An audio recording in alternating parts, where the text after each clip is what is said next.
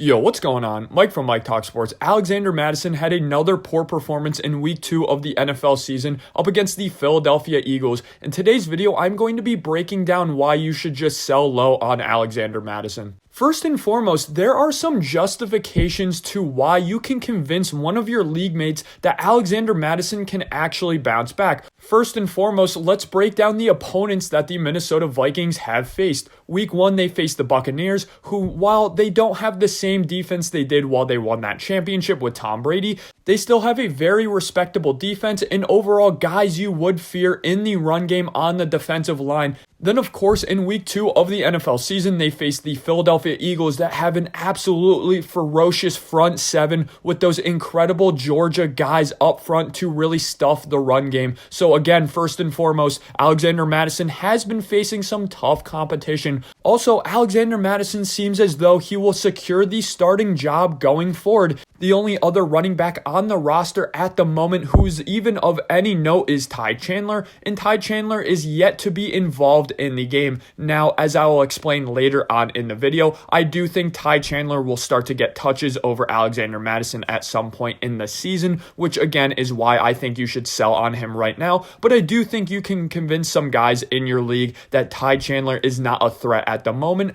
And then lastly, the Vikings do have a very high octane offense. And whenever you have a running back in a high-octane offense, of course, the touchdown potential will be great. So I just convinced some of your league mates why to trade for Alexander Mattison, but let me tell you guys why I really do not agree with some of the opinions I just gave you and why I still would trade Alexander Mattison right now. First and foremost, guys, I don't believe in the talent. I genuinely just don't think Alexander Mattison is good. Now, looking at his career at Boise State, he was very productive as a college football player. He just was not explosive. He was a guy who gave very high effort. He's a guy who was very strong out there, somewhat a man amongst boys at the college level. He's a guy who put up 22 reps on the bench. Again, a very strong guy. He straight up is not that gifted in terms of the athletic profile outside of the strength profile. Now, his agility and overall acceleration and burst is okay. I wouldn't say it's bad, but that top end speed is absolutely atrocious. It's one of the worst out of any running back in the entire league, guys. He ran a 4.67 40-yard dash,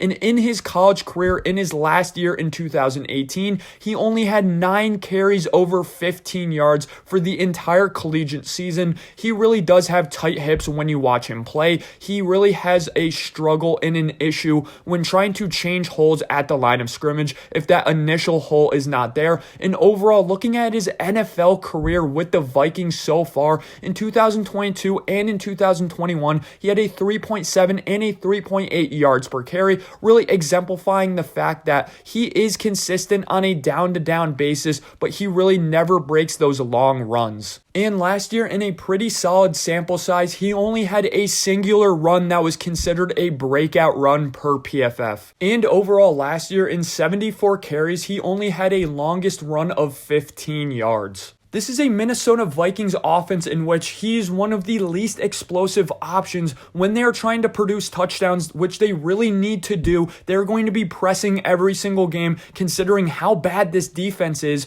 Kirk Cousins is going to get an insane amount of passing attempts every single game, whereas Alexander Mattison and overall the running game is not going to have a significant amount of attention being paid attention to. So Alexander Mattison is an extremely touchdown-dependent player. Guys, is Alexander Mattison going to have a few games where not only does he score a touchdown, but he can even score 2 touchdowns? Yes, I still believe in that, but overall, Alexander Mattison is going to give you no points in the receiving game, and overall, he really is going to give you no points unless it is a touchdown. And going forward, this offense really needs to score touchdowns, as I just said, and TJ Hawkinson, Jordan Addison, Justin Jefferson, KJ Osborne, and even Ty Chandler are significantly more explosive options than Alexander Mattison. So really being the 6th most explosive option in an offense just is not indicative of scoring a lot of fantasy points this season for Alexander Mattison. Again, let's look at Ty Chandler real quick.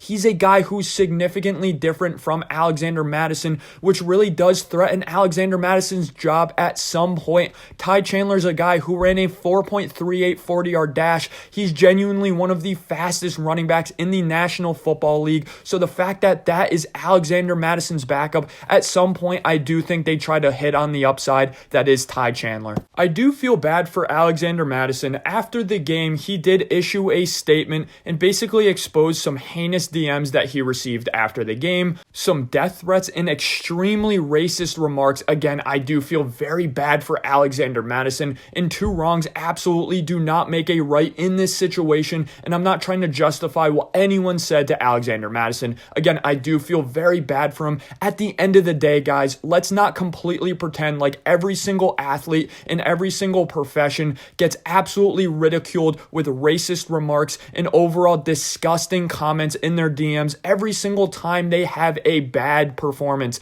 And overall, I genuinely do believe these hateful comments and overall the gravity of the situation, considering he's a career backup and he's really trying to press himself to be great and he's trying to become a starting running back in the league. In my opinion, the gravity of this entire situation, the fact that he's getting such a significant amount of hate, I'm not sure if I can trust the mental of Alexander Mattison at this point. Again, that's very bad to say, but am I going to rely upon a guy who had 2 fumbles last night and overall seems as though the pressure really is getting to him? No, I'm not going to bet on a guy like that. It's very hard for me to say that, but overall, I really just do not believe in Alexander Mattison at this point. I do wish him the best, though. Thanks for listening to today's video of Mike Talks Sports. Let me know in the comment section below, do you agree with my take that at this point you should probably just sell low on Alexander Mattison? Or are you guys going to hold on to him to potentially trade him for more value down the line? Or overall, do you believe in Alexander Mattison's potential to bounce back and still have a very good fantasy season? If you listen till the end of today's video, I really appreciate it. Smack that like and hit subscribe.